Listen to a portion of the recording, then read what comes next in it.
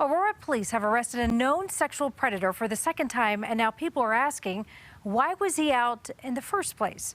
We first told you about the arrest of Kenneth Lee yesterday. Lee was sent to prison in 2014 for assaulting multiple children. He was paroled early. Now he's accused of committing that same crime again. CBS 4's Karen Morfitt with more on this case tonight. And Karen, those who helped put this man away are outraged. Absolutely, Karen. And tonight we know that Lee is back in jail here in Arapahoe County and being held on $1 million bond. But the man admitted in that previous case to sexually assaulting multiple children, and he didn't serve even half of the minimum sentence that he received in that previous case, which is prompting questions about who and how he was granted parole. Former District Attorney George Brauchler distinctly remembers the case against Kenneth Lee. This monster preyed upon the most vulnerable. Brauchler was in office when prosecutors took Lee to trial for sexually assaulting multiple children. Lee would pose as an immigration doctor to make his way into their homes. I had never come across a person who was more conniving, more deliberate, more planned out in the way he did it, not just in the persona that he took on, but in the people he preyed upon. Lee was sentenced to 23 years to life in prison. CBS 4 was there in 2014 when that decision was made and spoke with family of one of the victims.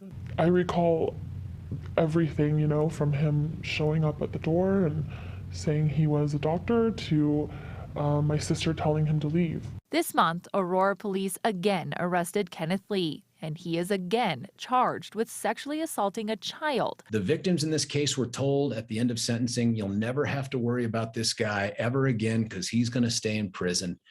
That turned out to have been a lie. Brauchler isn't the only one outraged. In a statement, the current district attorney, John Kellner, says he wants to know how a convicted sex offender was released so early and apparently without adequate monitoring. When making parole decisions, the board is required to consider an offender's likelihood to reoffend.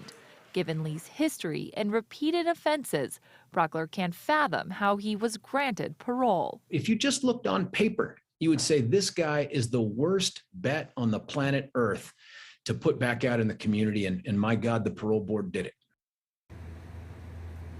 Now, Lee was wearing an ankle monitor when he was out this last time. GPS did put him in the most recent victim's home, which is how police were able to arrest him. We did reach out to the Department of Corrections and the parole board about their decision to grant him parole. We have not heard back, but we'll be sure and update this story as soon as we do. For now, we're live in Arapahoe County. Karen Morfitt covering Colorado First. All right, Karen.